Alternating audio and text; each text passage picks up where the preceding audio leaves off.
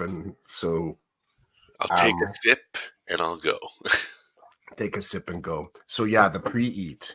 Um, I got caught once on the preheat. Probably twice, probably more than that, but actually caught and confronted. And it's not a not, I wish it was more of an extreme story, but it was kind of a funny moment because um you're just kind of doing the dad stuff. Like I was just kind of doing dad stuff. And I have no doubt other I'll say other parents probably have done this as well. Um, but it was just a kind of a dad thing. And I will say I've done it before and I've done it since, but the family wanted Wendy's. And so I'm waiting in line at our Wendy's is kind of it's sandlot, like it's rookie kind of the way it's set up. The drive-through is not great. It's kind of it's believe it or not, it's actually confusing. And drive-throughs are sort of like this thing that is completely ingrained in us these days. Like we just understand drive-through now. Like I can't even remember a time when businesses didn't have drive-throughs. So, but their drive-through is kind of crappy, and their service is kind of hit or miss. And I often question like, why are we getting Wendy's again? But my family, I would say, any of the burger places we get dinner from, they crave it. Like it hits hard. Like if it gets mentioned, people are like, oh, like they're just like pushing me out the door to go get it. So I'm like, okay, we're getting that. I'm getting the Wendy's, and as I'm sitting there and I'm ordering the combos, I'm like, oh, chicken fingers, because they have tenders there. They're actually like tenders, right? I'm like, you know what? I'm kind of jonesing that. Like, you know what? Throw it, whatever it was, throw a three. I think they have a three. I could be wrong, but I think they got a 3-pack. So I'm like, can you throw one of those in the bag? They're like, sure. So the drive, the drive from Wendy's home, um, it seemed remarkably fast this time. And I'm trying to shove these. I get to this point where I'm like, I kind of realize that one, the the chicken fingers are screaming hot, like just screaming hot right out of the fryer. So there's no quick shoving it in your face. So I'm driving, trying to eat them, trying to have the sauce and the cup holder on the side. I'm like, trying to do it right. And I'm realizing I'm only going to make it through about one and a half of these. So I'm pulling into my street and like shoving it all in my face.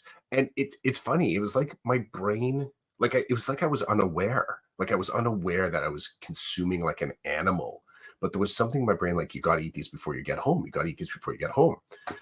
And I pull up in the driveway and I'm popping the last little crunchy bit in my mouth. And God, this is like a shame story. I take the barbecue sauce dippy thing, and I always keep in the back of my truck. I keep like one of those reusable shopping bags. Like it's just kind of hooked in the back there, and like I will obviously throw my shame garbage in there as well.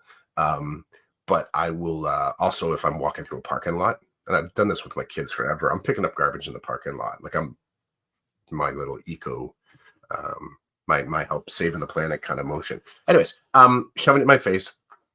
I'm like, okay, done. I'm good. Threw the garbage in the back, wrap up the bags, walk in the house with the food. Yay!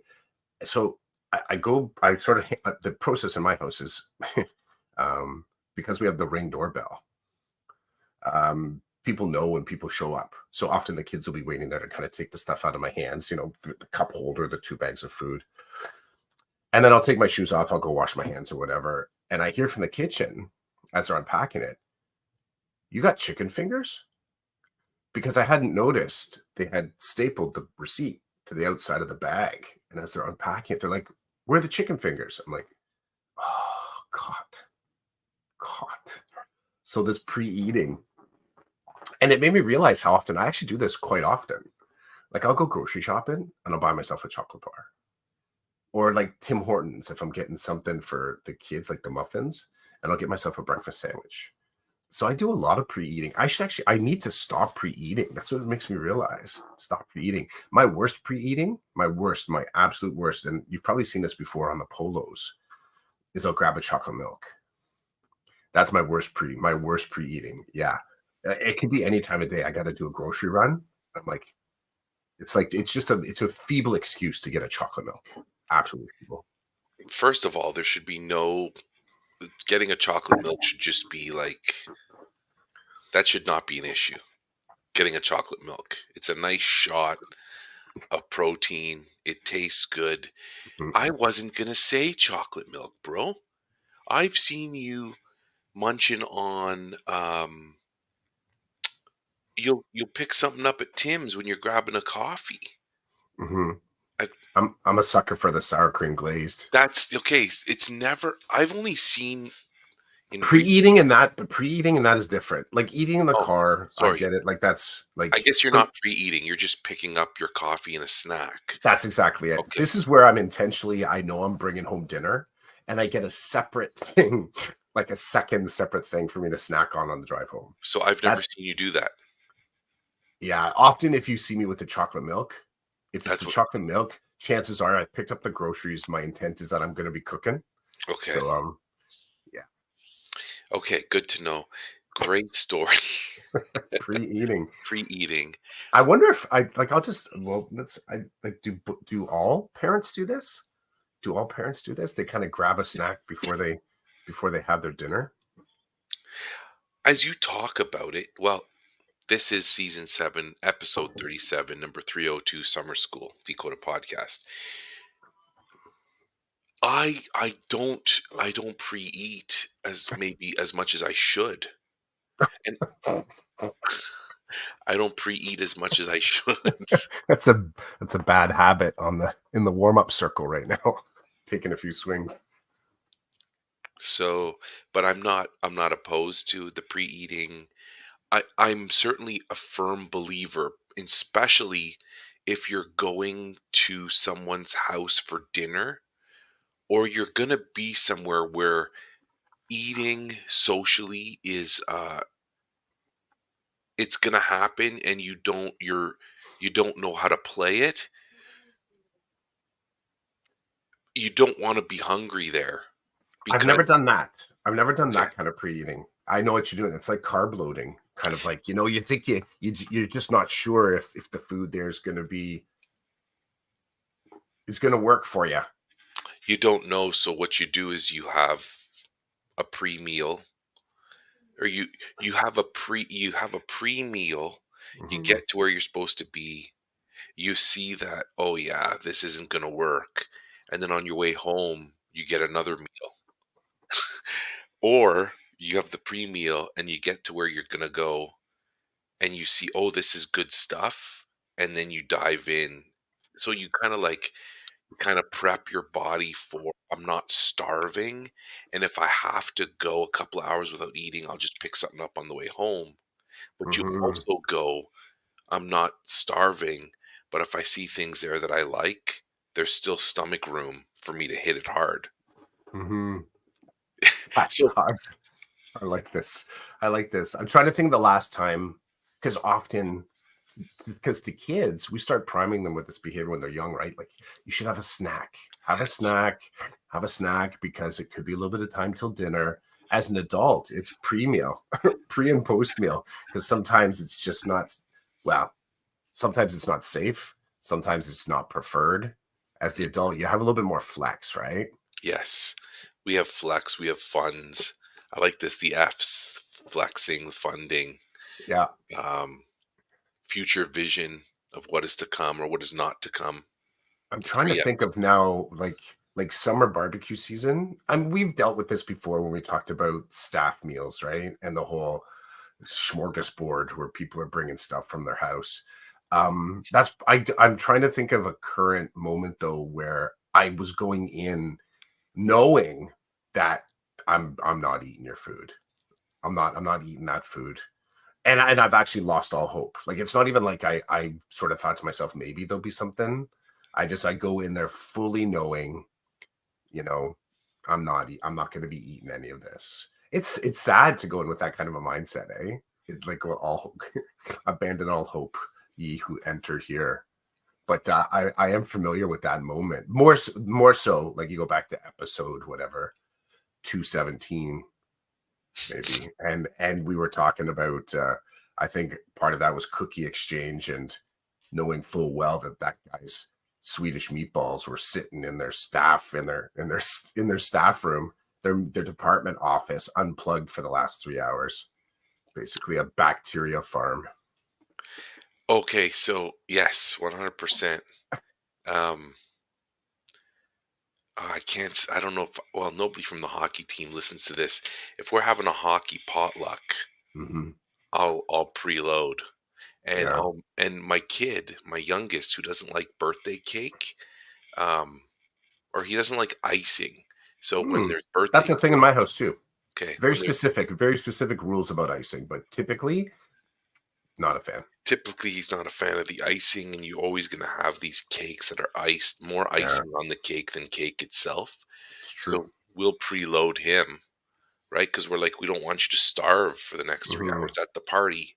So usually there's pizza, and he'll have some pizza. But yeah, you're right. We prime kids when they're younger. I still do it. Like when the youngest got to go to hockey. In my mind, I work back from game time, and I'm like, okay, at this, you cannot eat past this time, or you must eat in this window to ensure that when you get on the ice, you're not starving. Because there have been times where he'll tell me after, he's like, "Oh yeah, Dad, I was starving when getting my gear on in the dressing room," and I'm like, "Oh, that's not good, because you're gonna go work out for an hour and a half, and you're starving. It's just not good." And then after, he's a beast. He's like, "Just give me everything, anything, just feed me." Um, so even I help manage my kids with that nonsense. Which now that I'm thinking takes a lot of cognitive load. I don't like that. I start to realize, I mean, how complicated even the socializing, like the social element of eating together, because there's a harmonizing element of it, right? Coming together, being with people, like that's all good stuff. But it has a insidious little kind of dark underbelly as well, is that it takes away agency. Like, are you actually hungry? Do you actually like this thing?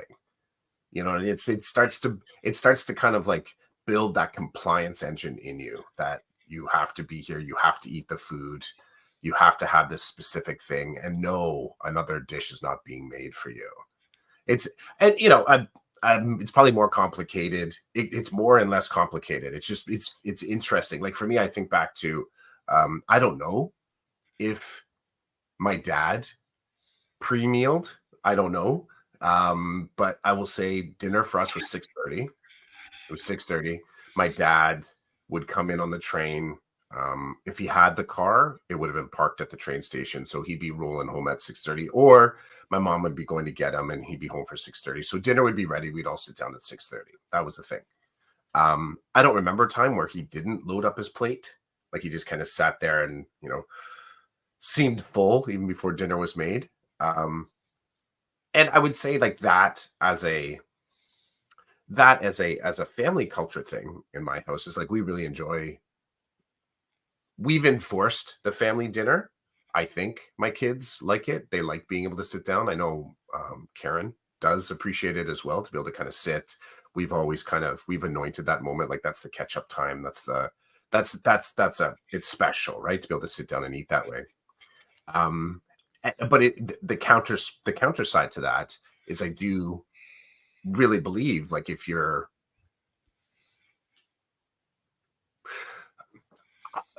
not hungry, if you don't seem to be hungry, like you should be able to eat something later if you want to. Like you should eat, like I think there's a really interesting conversation that we could probably bridge right over to education from this, but this idea that, your readiness to eat, um, there's probably always going to be a tension there between readiness to eat and expectations to eat. Right? You go to someone's house and they're like right away, like they want to feed you. You're like, oh, I just had lunch. I don't really need a lunch too, but you have a couple bites just to kind of go along. Um, I have many friends whose families were like that. You'd go over there. It's like I've definitely already eaten at my own food at home, and you could see like the stuff's just being pulled out of the fridge and the pots are being put on the stove and stuff's going to be warmed up, and they're like, you come back and sit down in a half an hour. We're gonna have a meal. All right. I know Pre exactly what you're talking about. Free meal. I will go back. Those I still right now my preference as far as chicken fingers goes. I do like Wendy's chicken fingers. They are good. I've never had them. Now I feel like I should try them. I'm trying to remember because I like they. I think they have the. I think they are the tender style, so they're not like the Okay. nugget style. They're like the full tenders. Their barbecue sauce wasn't great though. I'll say their Okay. sauce. Yeah, I didn't really like their. I didn't like their sauce. So. That's good for me to know. Mhm. Um, I could take this in a couple of different directions. I'm not sure which one I want to take. So maybe it's a good time to say good morning to Gary. He's joining. Hey, happy summer, Gary. Happy summer, Gary. Um, Hope, Gary, you're doing well. And then Rochelle's joining us from the lake. Welcome, Nice. Rochelle. I'd love We to know. I would love to know what lake. What oh, lake? What lake is that? I mean, that's very specific. Very specific. I'm gonna assume some summer cottage life. Maybe not. Yeah, that gets to too specific of details. I'm always curious about people's kind of cottage setup. It's something that um, I kind of wish I had for myself, like a permanent cottage. I don't know if I'm going to be able to action that. My family is of the mindset they want to go to different places. They don't want to have just that one place to rule them all. So, it's funny that you mentioned that because a zillion years ago, probably the first time somebody in my family rented a cottage, I think it was my brother-in-law. I don't think I know. It was my brother-in-law, sorry, my wife's sister's husband. He's like, we're going to go to a cottage. So this is before any of us had kids. He rented a cottage with his wife, and then we were invited. And I remember seriously having the conversation with him. How do we do this? How do we buy one? Um, and it'd be the family cottage. mhm, And now I'm so happy that it didn't happen in a way just because there have been breakups in the family and mhm. I'm not a handy guy. And would we have been able to purchase the house we now live in if we had two mortgages? Like, there's all kinds of stuff you can't ever know the answer to. But I remember having that conversation. And I do have the answer. It would have been fine. okay, awesome. Because I've had this exact same conversation with both people that haven't done it and the people that have done it, Okay. and more people that have done it. They've figured out the path. They literally have figured out the path. So they've and so there's I have I've had 3 or 4 conversations just in the last year about people that were in the same position, like wondering, can we actually carry this? Can we actually do this? But they're on the other side of it, and they said, I found a handy person. There was someone just down the street on the road that I was living on that helped me out.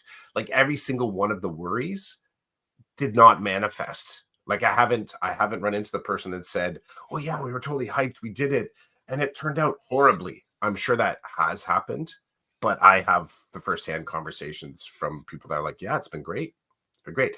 The only downside is that you kind of, yeah, I think that there is an element of, if it's not something that's bequeathed to the family, as in, the tradition has already been started, you kind of, in my perspective, your family's got to be on board. Because if I am looking, like, I'm not going to be the hermit heading up to the cottage without my family just because I want to have that, right? If I There is really that. want, yeah, if I really want that, I'll just get on a good pair of shoes and go wandering out into the forest with my GPS. Like, if I need that isolation factor. So it's funny you say that because I hear and see that a lot these days. Oh, where's so and so? Or what are you up to this weekend? I'm going to the cottage. Oh Mhm, yeah, everybody? No, not everybody. Me. It's mhm. like the kids don't want to do it anymore. My wife's got things, so I'm just gonna go. Okay, you know. See, for me, I'd be leveraging the last day of school. I'm going up. I'm not coming back.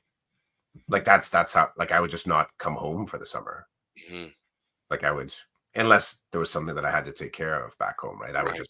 I would kind of roll out. I know that about if I could do it just for me. That's how I would sort of do it. Just go and stay there for the summer. And I've known people like that too. that once they're gone, that they're gone. They won't be back Mhm, till mid-August or whatever.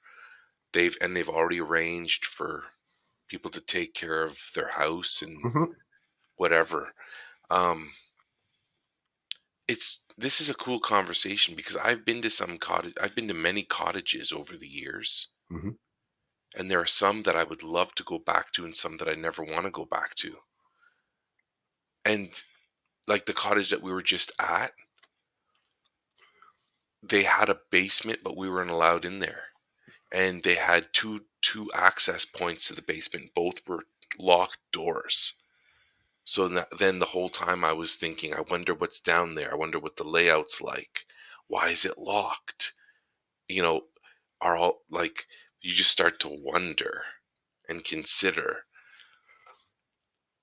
It's cool. I don't anyway, there's there always seems to be at least one locked door at every cottage I've been at where it's like that room's forbidden. And the minute they say that is the minute that I'm like, somebody get the hammer and the nails out so I can pop the door off its hinges. Like, don't tell me it's forbidden. Just say that's a storage room and That's awesome. that's where we keep like the cleaning supplies for the cleaning person. Mhm. Don't tell me that room's off limits. Do not enter. I'm like, oh God, somebody pop the door off. Let's go. We had the family meeting a couple years back where I put it to the I put it to the kids where we thought that they could sort of think sort of bigly enough about the implications of the discussion. So it wasn't just rooted in preference. They could have a little bit of kind of like long-term thinking. And we put it to the kids, do you are you interested in having a cottage? And sort of having to explain what that would mean, like, on water, but it'd be a place that we would kind of go holiday to or spend holidays at or even weekends at. Or do you prefer going on vacation? Because I do think like having a cottage is not it's not like going on vacation. It is a second home. So it's a second community. There's a deeper involvement if you are going there frequently, right? You end up having your kind of cottage crew and the people that you know there. You develop relationships and all that kind of stuff. It's a little bit different. And they were kind of interested, but they were more interested, at least the kids, they were more interested in kind of rolling the dice on summers and seeing, well, what can we and I only mean rolling dice in so much as without the consistency of a location, it's kind of each year you're kind of negotiating what could our holiday look like, what could our vacation look like this year. So they weren't down with it. So They weren't down with it. We used to mhm. go, well, Rochelle says parents' cottage. Yeah, parents' cottage.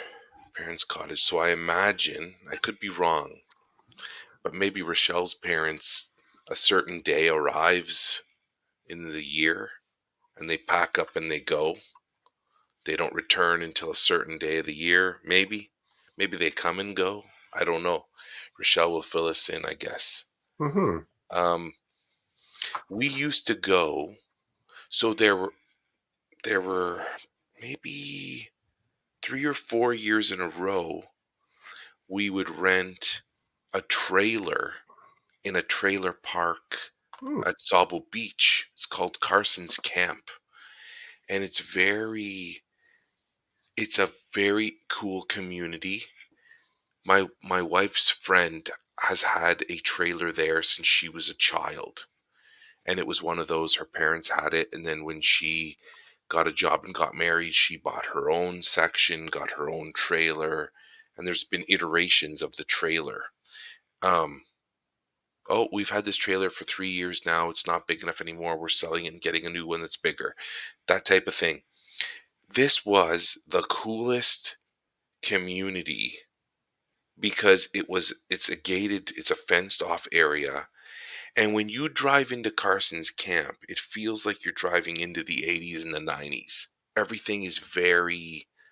My wife and I were talking about this the other day. There are lots of rules there, and their rules are enforced. So from one perspective, it's like, geez, these people need to back off, man. There are too many rules. It's craziness. But on the other hand, the reason why it takes you back to being a child and it gives you a feeling of safety and community is because of all those rules and the Mm. people who have been there for 1,000 years, who will enforce them, who will tell you the rules if you break them. We went there 3 or 4 years in a row, and it got to the point that, and we would go the same week. It got to the point where we would get there that week in the same rental cottage, and people would know who we were. They're Mm. like, "We were hoping you'd be back this year," and just kindness like that. And my favorite, a student of one, I taught these twins, and their grandmother has a trailer there, and I didn't know that until um, the first year, where I was looking out the window and I'm like, "Sarah, there's this kid that keeps riding his bike past and slowing down and looking at our trailer, and I think I taught the kid." And then every year that week, that the first day we pull in on a Friday, I'm loading up the trailer and this kid is slowly riding past. And I would just give him a wave, ask how the family was or whatever, and then he'd just go. Um, and every now and again, he'd ride his bike past and slow right down as he's driving past the trailer that we would stay in. That experience, same time of year, same trailer, same place. There was I felt a peace. I Mm. felt a calmness, a stillness. I felt we'd get there and the boys, whilst my wife and I are unpacking the car, they've got their scooters, they've got their helmets, and they're gone. Right? They're gone to their cousins started doing the same thing with us. I don't know if the cousins came 2 or 3 years in a row, but there were at least 2 years where the cousins would arrive at the same time. Their trailer was down the street and they would rent the same rental trailer the same week as us. And the kids would just get on their scooters and go. And we were like, we had no fear. We had no concerns. We just felt like it was the place to be and that our kids would be fine, because in this trailer park, with the rules and the people who have been there 1,000 years enforcing everything, everything was going to be fine. Even if Mhm. things weren't fine, someone would come to the trailer and say, "We just saw your kid doing this. Can you please talk to them?" And we'd be like, "Yeah, no problem." Um, so all that to say, we haven't spent too much time at the same place. Now I know the last since COVID started, there was a place in Grand Bend that we would pick up every year, and then those people sold it and they left the Airbnb business. So that kind of went away, because for there was an overlap. For some years we would go to two places. We would go to Carson's camp and we go to Grand Bend, and we had the same place and that same understanding of being familiar with everything. So I for me that would be the gold standard. If I had my own place, would be knowing it like the back of my hand and understanding maybe how it would function. So when you say everything would be okay, that's kind of the first thing that popped into my head, is that automaticity, that familiarity with it, and possibly me becoming more handy, because at the cottage it'd be more experimental. Like, this thing's not working. Well, let's play around with it and see if I can figure it out, or let's look it up on YouTube and then deal with it. And over the years, that would make me more handy. You know what Mhm. I'm saying? Yep. Rochelle says that the parents come and go. They like to support their grandchildren at their activities at home too. Mm. Nice. And Rochelle's parents are both former teachers. They made it. They made it to the end of their careers. They use the R word all the time. They're retired from teaching, Mhm. which we talked about this weekend. My in-laws are retired teachers as well.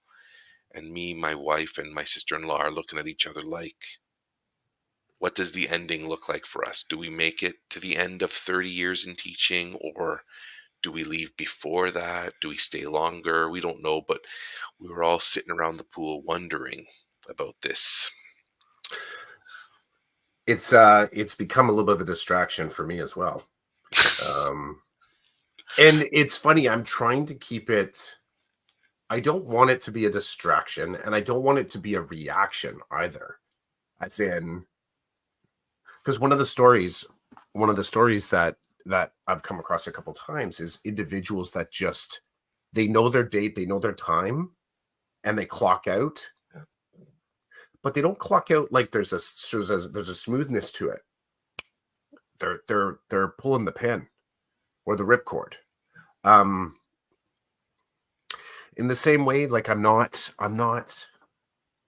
giving up 5/7 of my week in order to just enjoy the last 2 days, like the Saturday and Sunday. I'm trying to kind of enjoy all of it. The thinking about retirement right now has, at least in the short term, because I haven't really figured out a good strategy, it's become a way to pull my focus away from the work that I'm doing, which I do enjoy. Like I start to kind of fantasize about somehow enjoying retirement more than the work that I'm doing. And that's not a good spot for me to spend too much time in. But it has given me pause to kind of like at least consider, um, do I need to build something so that it's ready for me when I finally say I'm done with teaching? Um, and who knows if that point will actually manifest. I could end up being the guy that's does substitute teaching. I don't know. Takes on a short-term contract. I don't know. I don't know me yet. I do know at some point I'll be more interested in spending time away from school than spending time at school. I'll just be more curious, more driven to sort of be there. And of course, at some point physically, I probably won't be able to do the work. Like it's just I'll need more rest or I'll need more decompression time. Um, because the type of work that I enjoy doing, it does take a certain amount of wellness and focus and energy every single day. And if I'm going in and I'm coming home gassed and I can't function in my life away from work, then that's the point where I, to arrive at that point and use it as the reason to actually retire could happen. Do I want it to happen that way? No. Like I don't want to have that sense of the career being taken away from me. So how do I sort of figure out a way to graciously hand that sort of like the heavy lifting of it away, still possibly stay connected and have something to transition to? I think that's how I started to think about, getting a cottage early, is that it felt like that was a third space that would sort of accommodate this. Well, what are you going to do when you retire? Well, part of it, I'm going to spend more time at the cottage. Like that just felt like a really good, uh, healthy statement to be able to make, right? Uh, Probably one of the more complicated points of this would be like, and as I think about what I'm like when I travel, um, I like the idea of travel, like going and traveling afterwards, but I also really like the idea of not having to move too much. So complications of retirement. Complications and retirement. Mm-hmm. Mm-hmm. The things when you have the space during summer, right? When you have the space during summer, the things that you can actually give yourself permission to think about without that sort of ominous pressure of having to make a decision. You know, we have these points during the school year where you have to sign off certain things, you have to hand in certain things. So it almost feels like decisions are always being made right at deadlines, constant decision at deadline. And if you're making decisions away from deadlines, sometimes that feels too loose and it's hard to trust whether or not you're on the right track. I was talking like even long range planning is awesome, but it's still, no matter how much long range planning you do, there's still a factor of, well, let's see, it may or may not work. So even getting it done ahead of time, you're still having to make decisions at deadlines. Retirement is kind of creeping into that space. Like I feel like I feel like I haven't made specific enough plans, despite the fact like I guess anything could happen with my health, with my family configuration, like whatever I set in motion. Um,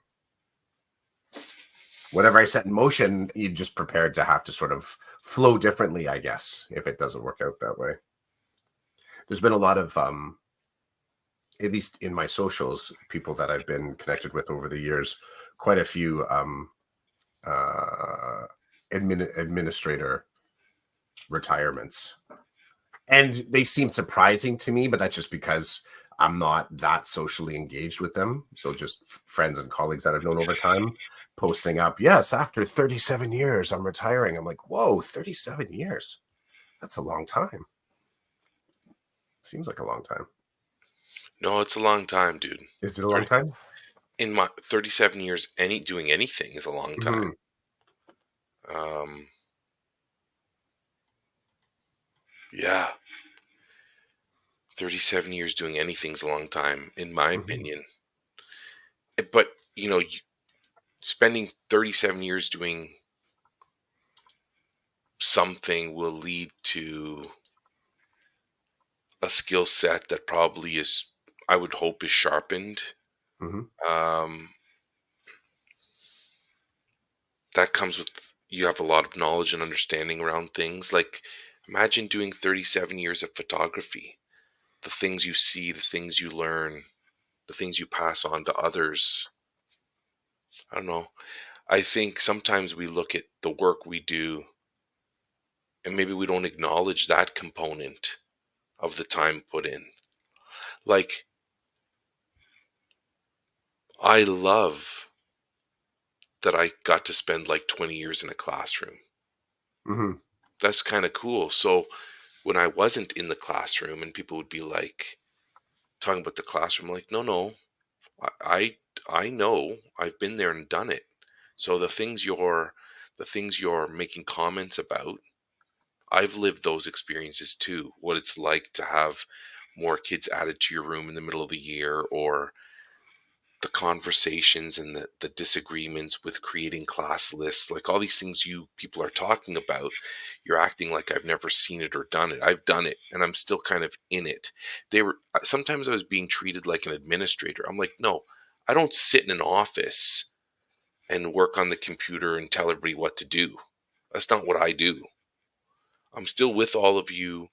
In fact, I was able to get to the heart of the gold nuggets that could solve problems instantly. The gold nuggets that could solve problems instantly. Here's a great nugget. I start working with a kid, I'm working with a teacher, I'm working with the parents. There's things aren't going well. So you try to figure out what's going on, where are things not sitting well? And it comes, I figure it out and it gets to the teacher being worried that they can't accommodate kind of the position I'm coming from. Um, there are too many positions. There's the classroom teacher in the room with the kid.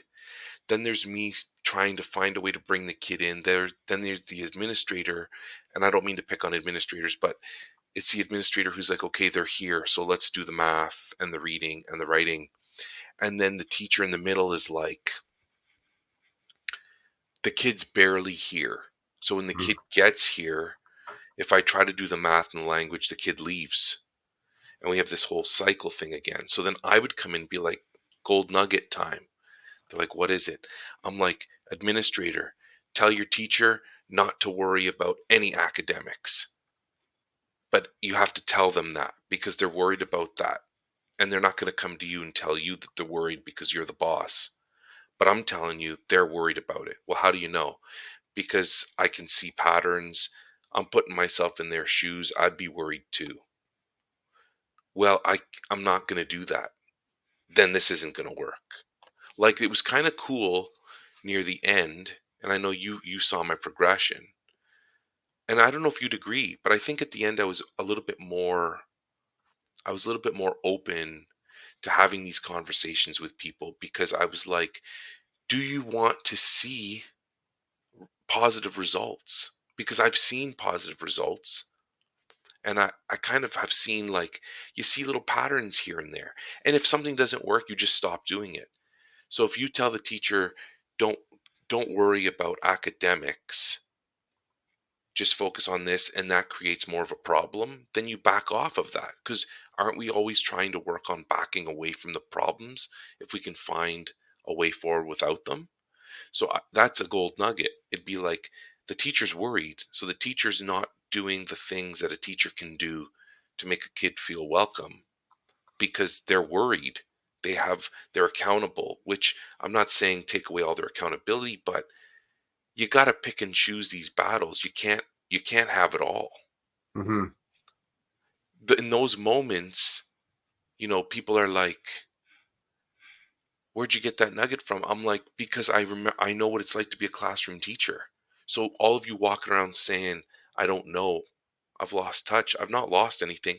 I'm just, when the shit hits the fan in the room, I get in my car and drive away. It's not my shit show. Yep. It's somebody else's. My shit show is the list of kids for that day that I need to go and find, and to try to, like, have them engage with me in a conversation. And I know lots of people that would say to me, "I could never do what you're doing." Hmm. I'm like, I get it, because there's a lot of stuff other people do that I would never want to do either. This was something I actually enjoyed. Um, and I love that challenge. And now I'm going back to do a different thing. And I'm sure people are going to they're going to be like, "You forgot what it's like in elementary." I wish I could get a lobotomy and forget what it's like in elementary, because I'm kind of excited about what I get to do next year. And I think that's the key, is that I'm going to be doing something that, at least, some people say, "I don't know how you're going to do that." And I'm like, I'm excited. So I'm going to give it a go and see what happens. Hmm. Um, Katie G is with us. Welcome, Katie G. KDG. She works in our district, and she's she's not in the classroom. So I'm guessing her comment, "I feel that, Roland," is because she's probably been told, "You're not in the classroom. You don't know what it's like." And it's sometimes sometimes that comment is warranted, because I've used it, and I would say to you that in the times I've used it, I wasn't using it flippantly. I was using it to be like, "Hold on a second. Stop telling me how to operate here when you don't know what's going on. You think you know, and the position you have is one of authority, where you're allowed to say those things, but you That's don't the really key. know." That's the key. I think there's another element to that as well. So individuals, I think, depending on their mindset, their perception of no, not perception, wherever that receiver of that information's at, if they're like not having a great day, not having a great month, not having a great year, if they're feeling like there's an element of inadequacy, if there's an element of someone's going to notice it, I'm not doing something exactly right. Um, Sometimes imposter syndrome. I think that can set a context for anybody providing feedback as hostile. Um, to manage that balance of, I'm good with my pedagogy, I'm good with my class, I'm good with my experience, I'm good with where I'm going with the career.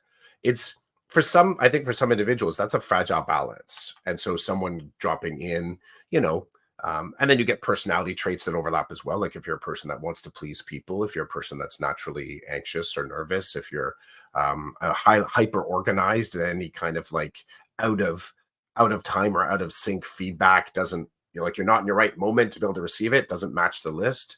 There's a whole lot of stuff going on there. I know you and I, we've back in the beginning, um, back in the beginning of this pod, we spent some time talking about the power of influencers and the power of thought leaders and the power of people that have positional power within our boards.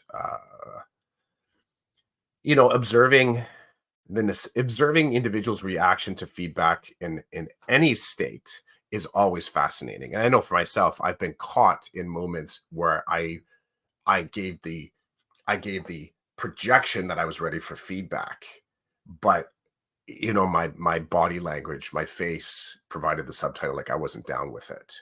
But you sort of like, yeah, okay, thank you, I appreciate it. And it's like just dead face. And the person afterwards in one of those situations actually, you know, it was an administrator said, yeah, you really didn't like the fact that I gave you feedback.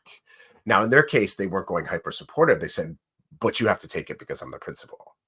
And that was a good reminder. That was a great reminder that sometimes that feedback does come as a, you must take care of this. That's a good reminder for me at that moment. Um, what was more powerful to me was realizing that I wasn't composed, that I didn't actually um that I was sort of I wasn't composed, and what I was composed of was out of sync. That on the outside I was trying to project like I was good with that feedback.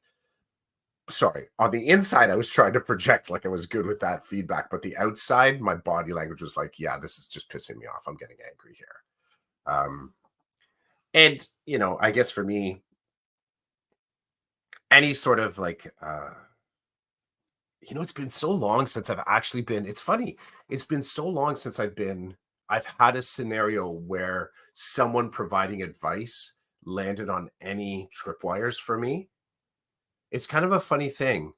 I'd say it's been a very long time, like where anybody sort of making comments on education broadly, um, education like close to my context, like the school that I'm at, or education according to my teachable, like the actual specific classroom.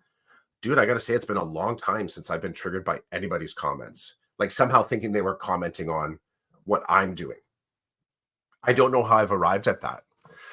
Don't know if that will last either. Maybe it goes back to that retirement thing. Maybe I'm in that zone. I'm just like, you know what? Go ahead, comment. Go ahead, comment. So I'd be curious. It's funny.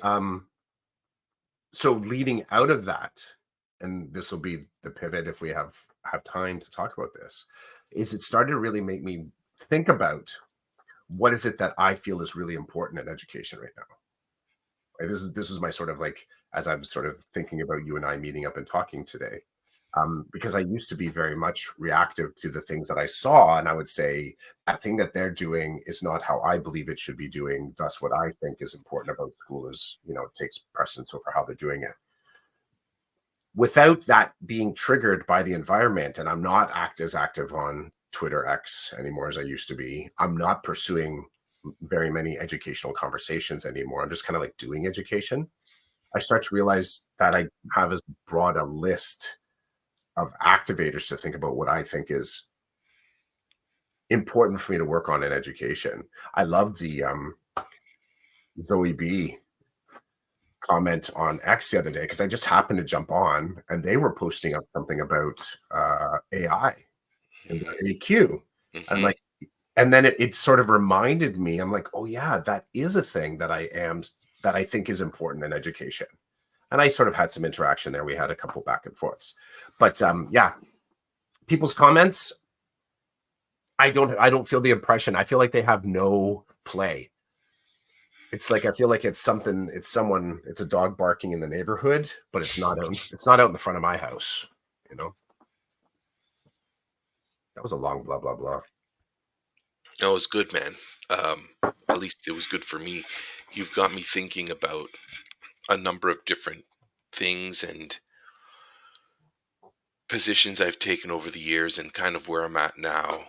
Right now, I would say the only thing that's keeping me focused on anything outside of what I'm supposed to be doing is relationship.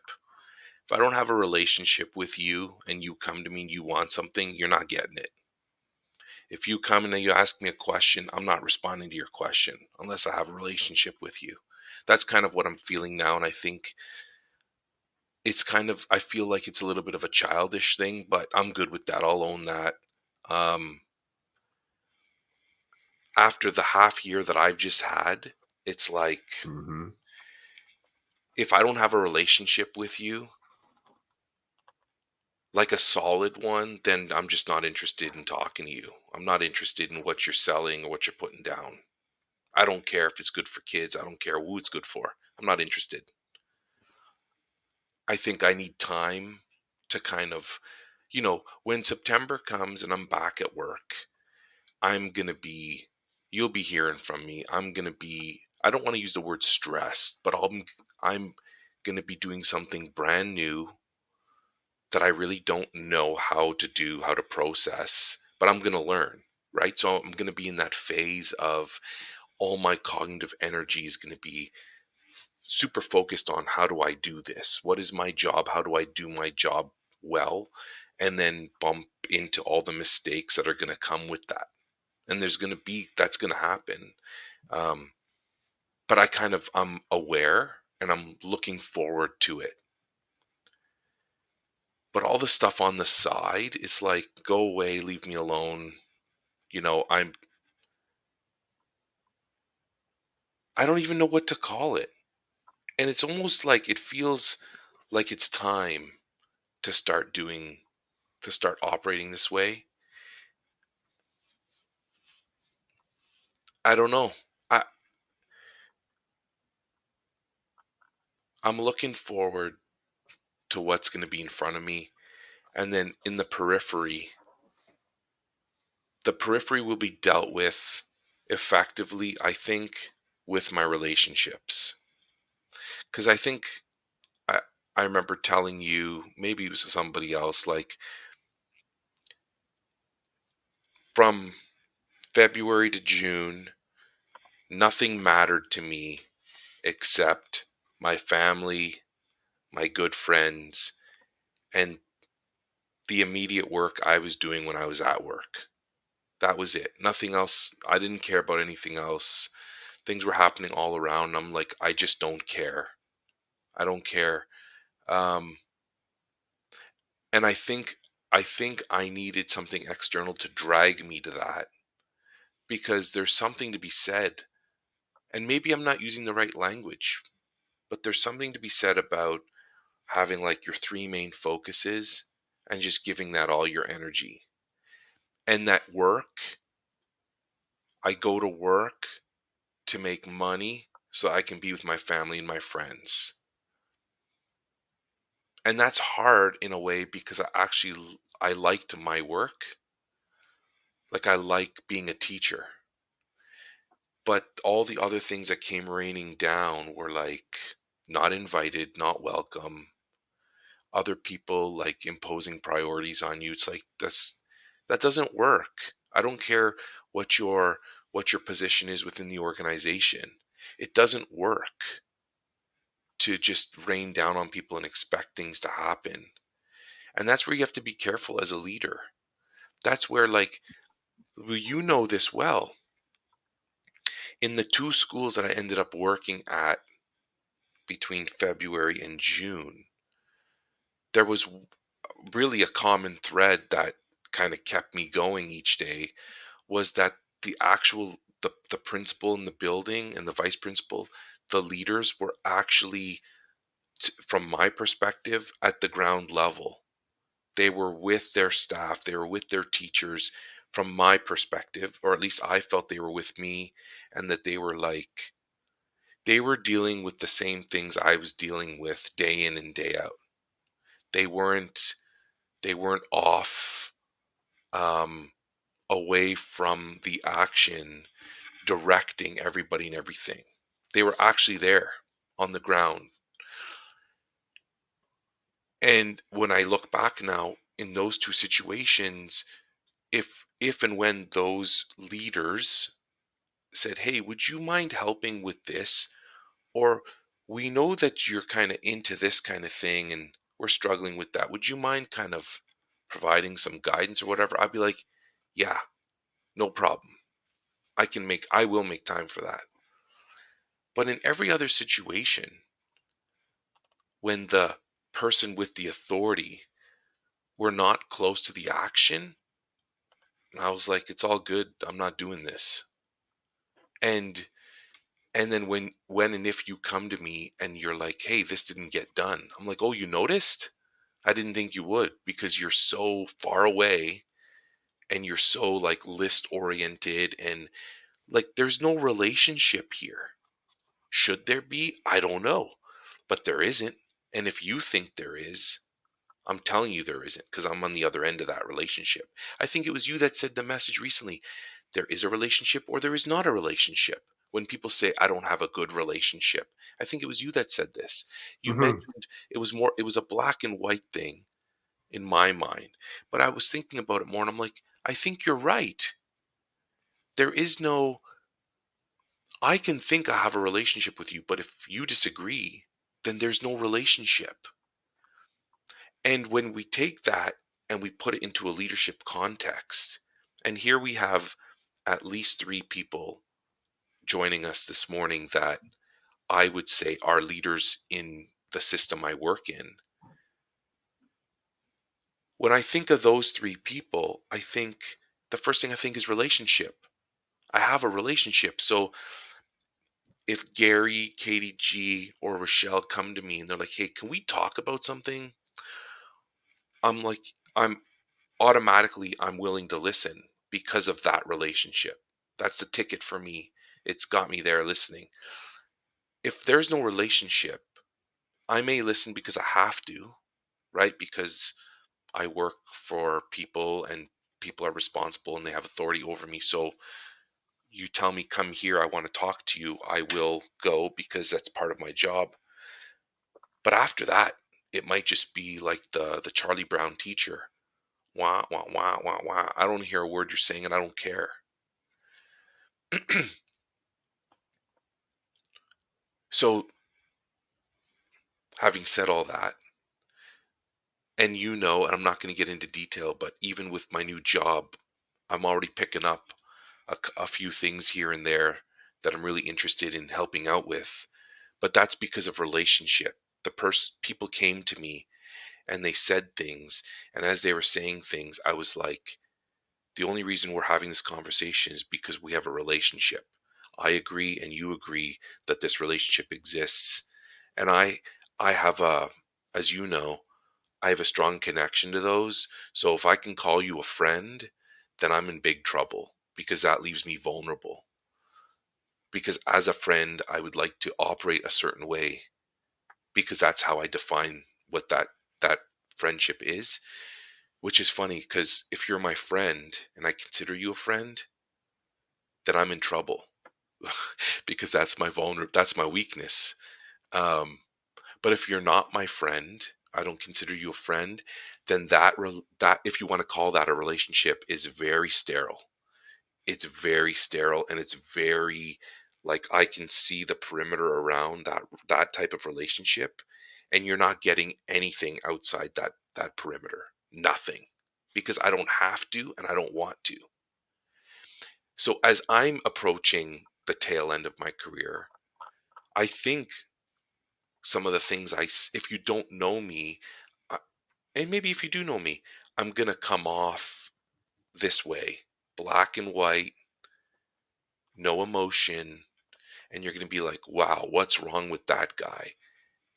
And I think now that if people say that about me, that means I'm actually living out the values that I hold dear. A friend to all is a friend to none. And I hear that all the time. This person's amazing. Da da da da. Then you meet them, and you're like, this person is, to me, is just on the surface level friend or surface level relation. It never gets deep, and that's their trick. That's how come everybody can love them because on the surface, for that little bit of time, they are golden. But if you dig deeper, there's nothing there. For me, I would think people on the surface are going to be like, that guy's a real asshole. But if I gave them the time and they took the time to dig deeper, they'd be like, no, he's not. He'll actually help you if you call him, which is a problem for him. And he knows that. And he still does this. He still builds relationship. He will still help you because it's the right thing to do or to connect with you because he misses talking to you or wants to reminisce about this time or that time. The last thing I'm going to say is that when I was away from work for the time that I was away on my leave, I had a couple of people contact me, and I tell you, in a million years, I would have never imagined these people to contact me on a regular basis to check in and to see what was up and if I wanted to talk and what I wanted to talk about. I was blown away. So the first time I heard from them, I was like, that's nice. That's the nice thing to do. The second and third time, I was like, what's going on here? And then the fourth and fifth and sixth time, I was like, this person actually cares. And I'm open to that. That was really strange for me. But I learned something from that. It's a good reminder to me to continue to invest the time in the people I care about, regardless of what's happening, where they are, what's going on with me, what's going on with them. It's important. And since then, I've done it a few times and I've gotten the same reaction. What are you doing? Is something wrong? I'm like, there's nothing wrong. Um, Too much time has passed. It's time for me to check in. If you want to turn that into more than just a text message, I'm happy to do so. If you just want to keep it a text message, I'm happy to do so. I'm doing my part the way I see my part. So I'm hopefully going to be a better friend, a better family member, um, because of the experience I've had and kind of the perimeter that I build around certain people. It's a weakness too, right? Like, you've heard me talk about certain people and I have nothing positive to say. That's not cool all the time. Um, there needs to be a little bit of openness in me in case that ray of light's looking to shine through. There's my TED Talk. We don't call it a TED Talk. What do we call it? That's my decoded talk. Good talk. I forget what our we haven't done jargon in a while. We haven't done jargon. Um, I think I think a big part of my experience in the word relationship, at least in education, is that it doesn't have a like it's commodified, right? So it's set up in a way like in order to achieve an objective, you have to have the relationship. So it's there's a transactional kind of nature to this. And I think that's fine. I think we can have relationships that are transactional. I mean, when I was working in restaurants, like um there were individuals that came and ate the food that I prepared, and I was never invited over to their house. Like I didn't hang out with them. So it was highly contextual, highly transactional. And there was sort of like there was clear boundaries on what that relationship would look like. So we knew exactly, the space within which that relationship worked. And I guess, you sometimes hear this, like you are going to take a chance on sort of seeing what does this relationship look like outside of context. Um, I think that scaling is really fascinating. And I'm noticing that type of scaling even more so because of the school that I'm at. I can see where I get to observe the sort of like relationship ecosystem before I commit. You know, I'm not so far in that I'm automatically sipping the tea. So people are kind of tentative to approach me. There are people that know me there because they're this similar vintage as I am. There's people that I've met through committee work and just affinity work within the schools between coaching and some of the arts crews that I've been involved with. But I like this.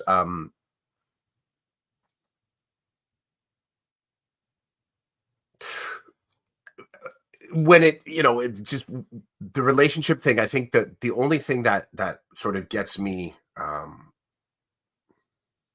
guess, pushes my buttons is when I notice that the discussion about the relationships is overly transactional and commodified, and that the actual relationship that you're building together, so if we're just talking about that one-to-one moment between you and that other person, that there's a third layer of power around it. So Chids, I really need this for you to deliver this report to me because the superintendent says we have to have it by the certain time. And I find like that's the stuff that kind of pierces the bubble a little bit for me, where it actually that doesn't no longer feels like a relationship. It feels like management. So I don't even know what I have to say about that, other than what I've really come to appreciate coming to the new school. So my new context is that I am savvy enough in my skill, confident enough in my uh, strategies and my pedagogy, and just in general independent enough to be able to. Well, I've told you, the last school that I was at, I came in over the summer. I was walking the halls, just I have a key. I'm opening up classrooms and people are like, hey, who are you? I'm like, I'm a new teacher here in September. So I understand the system enough that there's privileges extended to me. I also understand, old white man power, that I can just sort of move through spaces and sort of move through spaces with that type of privilege. I get that as well. But I dig the fact that and maybe okay, maybe this is what I'll close on, is that I feel the satisfaction of having the skills and the wherewithal to understand I don't have to commit to relationships just because they're there in front of me. I can slowly grow into them. I can try. I can say I can sort of like have slow moving conversations to see what is the actual boundary of this relationship, and respectfully keep it there if I choose to. I don't have to buy all in, right? I don't have to sit with the same group at staff meetings. I don't have to participate in the bar crawl on the Friday night. I can show up at the football game and just sit on the hill by myself and watch the show and not feel like I'm sort of jeopardizing anything in the big picture. So I like this arriving at the new school. I think that's been something, a part of my kind of like my approach to education, because I have been at, this is now my fifth school willingly. Like I've never transferred. I've always transferred willingly. It's never been surplused out. But I think that's the thing that I've finally kind of arrived at with, the last 10 years, whatever it might be, 10 years of having a full-time contract, that I'm comfortable enough now to sort of recognize that some of the relationships are never going to work. Some of them will take work, and some of them, like they are easy. They are easy. I I want to say something about management. There is room, obviously, for management and making sure people are doing what they're supposed to be doing, right? It's the it's when it's when the people managing try to sprinkle in what might be little bits of salt and pepper relationship, where they make it appear as though they're building something with you, but really they're not. It's just like a strategy to make management easier. And I've never done well with that game. You can sprinkle the salt and pepper, but it's not.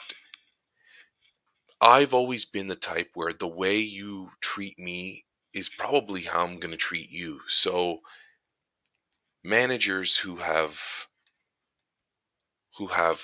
managed me, you know, most of the time you're going to get what it is that is required, but you're not going to get more, because I don't want to play that game. And then there's been times where managers have ended up, I've built a friendship with them, where then I've left that I've left that environment because it's easier to be friends when they're not your managers anymore, right? Um, and I've got lots of great stories about a few people that as well, where they were once my managers, and there were certain things that they would ask me for that I would laugh and be like, "You wouldn't ask anybody else to do that, would you? Because we're buddies." And then it's like you get a laugh, and then I have that ticket and I can use it against them from now until the end of eternity, which is part of the joke. But it's like, no, I don't. Yes, you've got the authority. You're asking about certain things. You're directing me to operate certain ways. You want certain outcomes. Does all good stuff. But I'm not sitting beside you at the lunchroom table and asking how your kids are, because I know you don't give a shit about mine. And I'm just not interested in going there with you. but then they see that as hostile. It's not hostile. That's where I've learned a lot about leadership, is that some people get into those positions and people will do things because you're the boss. Outside of that, people aren't going to do stuff for you. You don't build that um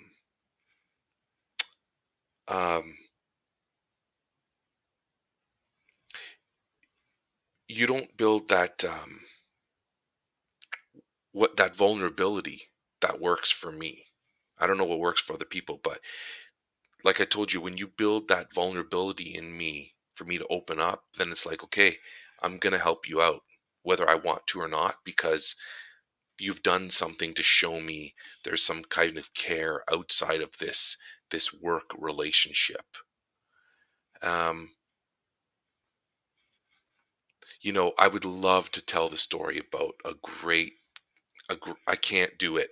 I can't do it. And I know we don't have 8 million followers and listeners, but I can't do it because if it were to get back, it would not be good for me. And I don't want that. But we've, you know, what I will say is I entered into a conversation with a manager and I made myself vulnerable on purpose for two reasons.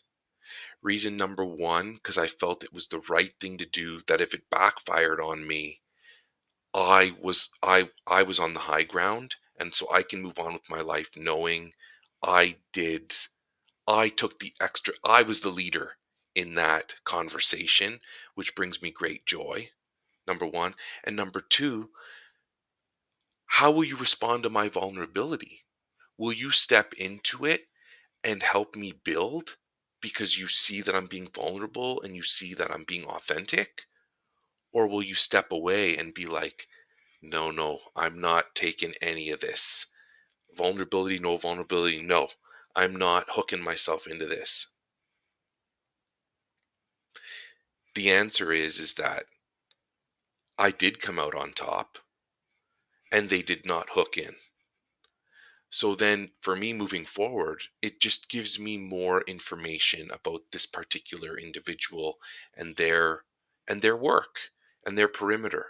And so now that I stepped into a scary place for me and they did not respond in kind, gives me all the information I need to know. So moving forward, there is no, like, I have no issues. I just operate and do my thing, and they can come at me any way they want. None of it's going to work. They got nothing on me because of the way I operated.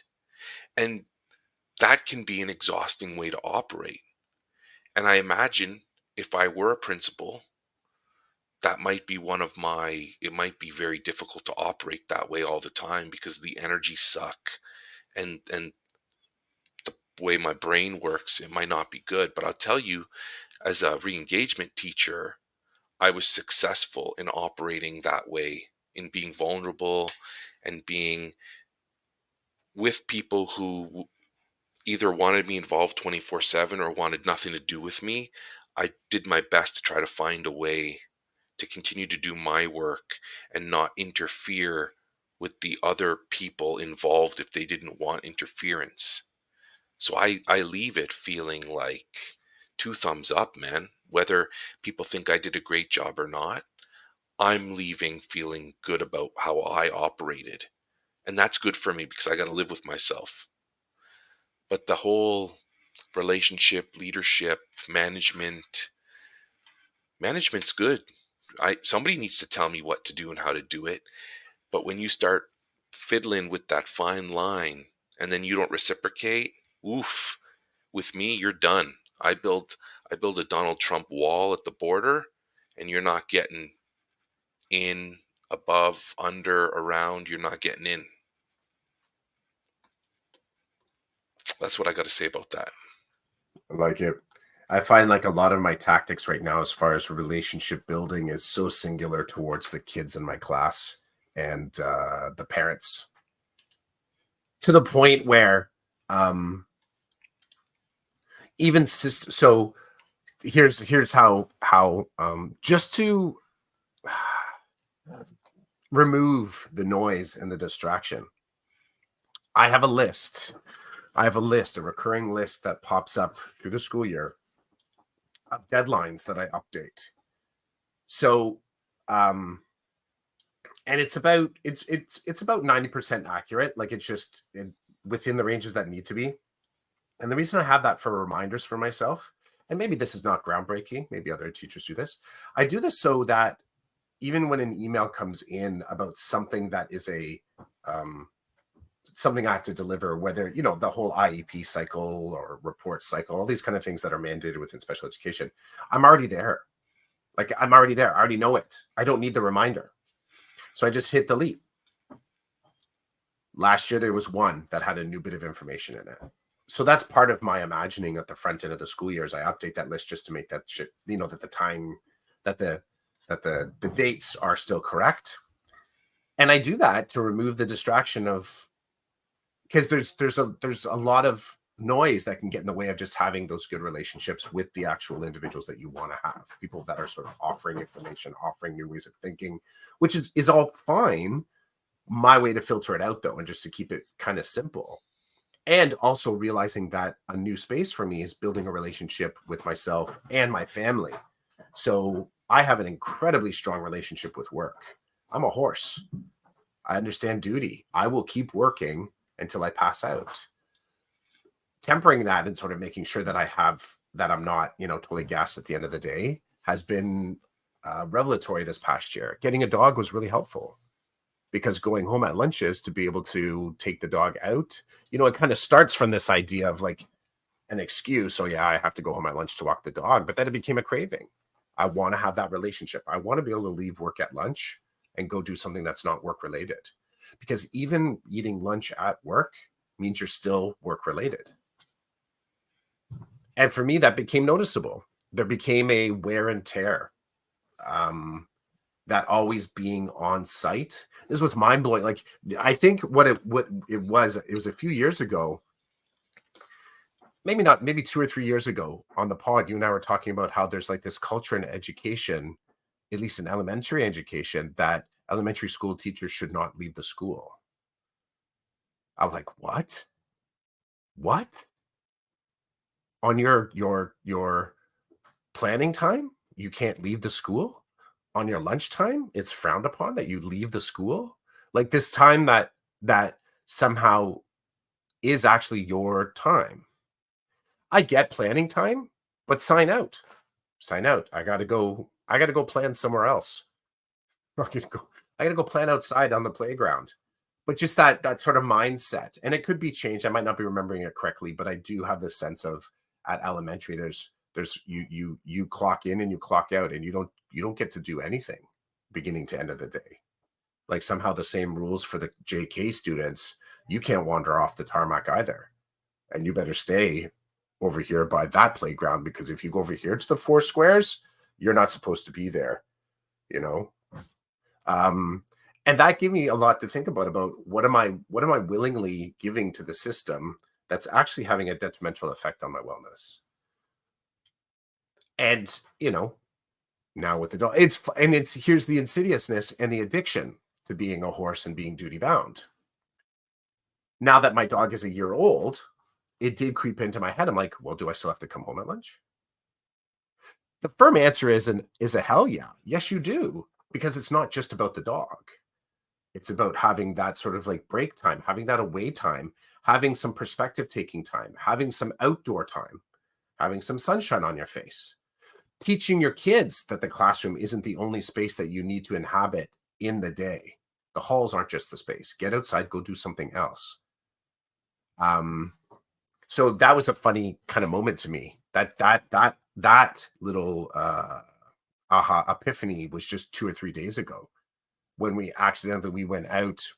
We went out so the dog doesn't get free range of the house when we're out, and we're out a little bit longer than usual, and came back in like, man, the dog's been in their crate for quite some time. And it's somehow in the back of my head, the dots got connected like, oh, well, does that mean I still have to come home at lunch now? Like maybe the dog can make it through the whole school day. So that's a divergence from what we're talking about. But part of it is, I think what I've come to appreciate about my relationship to school, sorry, my relationship to work is that it has to be nested in my life, not the other way around. Life doesn't get nested inside work. And I know for others that can be a big challenge. For new teachers, I'm new employees of anything. I think that can be difficult to sort of keep work as part of life, like just one dot inside of that larger sphere of whatever that is making you feel great. And like I said in the beginning, wish I had a cottage. back to an hour and 20 minutes ago. What I'll say about that before we head off and do our Saturdays is there's such thing as virtual reality. You get yourself a headset, build your own cottage, and bro, you just throw it on your head, and that's it. Your glasses, and you're there. Like that thing that I sent you. I think I sent it to you. Keanu Reeves at some point talking to some kid, and he was explaining, his own children, I think it was, and he was explaining to them what the movie The Matrix is about, and talking about how it's all about Neo and Neo's drive to kind of like come back to the real world, and his kid's like saying, "Why would you want to?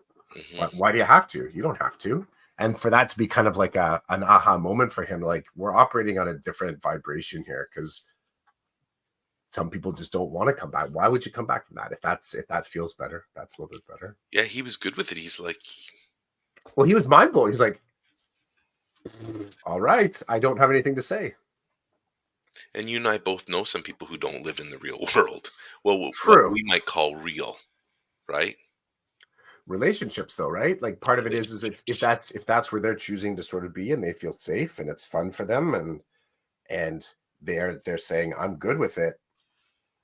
It's tricky as the parent. It's tricky as the teacher, because we do want to, we're given the responsibility of helping people at the same time focus and stay diverse. Focus and stay diverse. Focus and stay diverse. At some point, you just kind of let them stay focused on what they want to stay focused on. Because that sort of expansion and contraction becomes not as useful for a little while. I think it becomes useful again later on.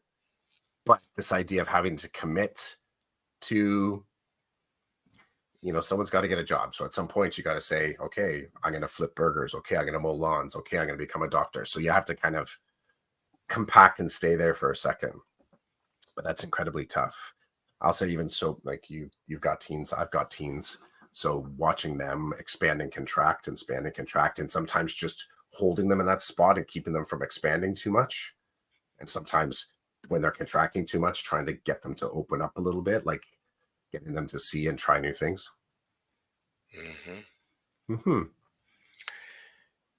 Did you happen to make any art today? Nah, I just took notes. I'm going to play around with some AI art, like that last one I did of the, what was it? It was a giraffe and I forget what it was that picture was for the last one. I don't remember either. I put a beard. I think you were the giraffe. I was something else. It was two animals. One was facing the screen and one was facing sideways. I forget what it was. I'd have to go back and look. But I'll play around with a prompt and then draw on it. Cool. Yeah, man.